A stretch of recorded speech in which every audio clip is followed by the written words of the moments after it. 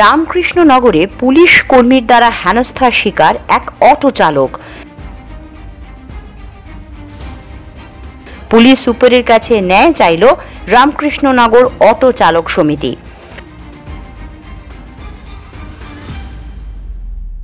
সোমবার সকালে রামকৃষ্ণনগর পুরসভা অফিসের সামনে এক পুলিশ কর্মী রামকৃষ্ণনগরের এক অটো চালককে হেনস্থা করবার অভিযোগ উঠেছে। আর এই নিয়ে অটো রিকশা চালকেরা ঝাড়লেন ক্ষোভ।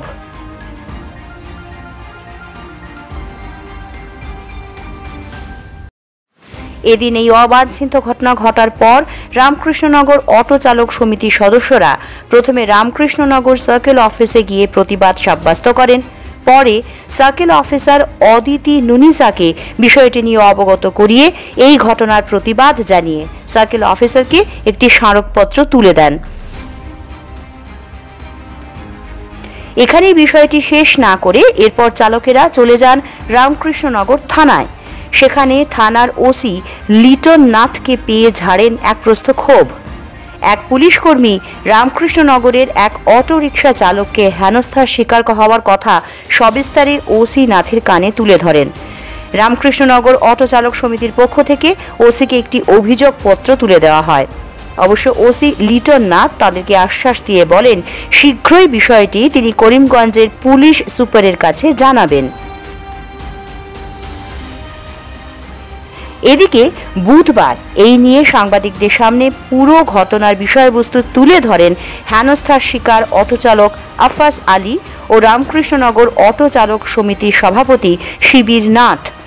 অন্যান্য অটোরিকশা চালকদের মধ্যে উপস্থিত ছিলেন সুজিত দাস, রূপক গোস্বামী, তফরফ আলী, অমিতাভ মল্লিক, যিশু দাস, লিটন নাথ, সন্তোষ নাথ প্রমুখ। নিজের মানে অত্যাচারটা করলো আমরা অটো চালাই বললে গেলে আমরা কোনো মান সম্মান নাই এটার। আর এখন আমার বড় ভাই আমরা উপযুক্ত এখন আমরা অটো মানে উপযুক্ত বিচার চাই। কালকে আমরা গেছি তো আমরা সিও সার্কেল অফিসে ম্যাডাম নাই একটা অ্যাপ্লিকেশন দিছি, তারা হোসেন স্যারের কাছে দিছি যে আমরা এটা তোমার 24 ঘন্টা ধরে আমরা এটা বিচার চাই।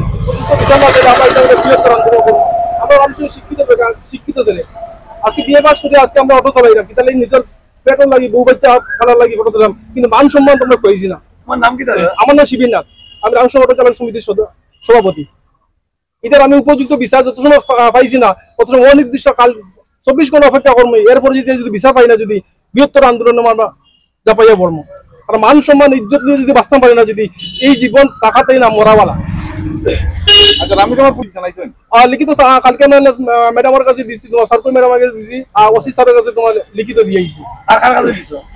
ওসি স্যারের কাছে দিচ্ছি, সার্কুলার ম্যাডামের কাছে দিচ্ছি। ওসি স্যারের কইজন এটা তো তাই না অফিসার, আমি অফিসার, তান বিচার আমি করতে পারতাম না, এটা আমি তোমার এসপিকে প্রভাব করবো। আমরা এটা তোমার যত তাড়াতাড়ি সম্ভব আমরা এটা সুবিচার আমরা লাগবো স্যার। রামকৃষ্ণ থানায় এই যে অমানবিক অত্যাচার, পুলিশ প্রশাসনে বক্তব্য আছে এই যে অমানবিক অত্যাচার রাস্তা মেন রোডের মধ্যে একজন অটো ড্রাইভারে খানো ধরিয়ে পাইয়া পিছনে লাগতেইরা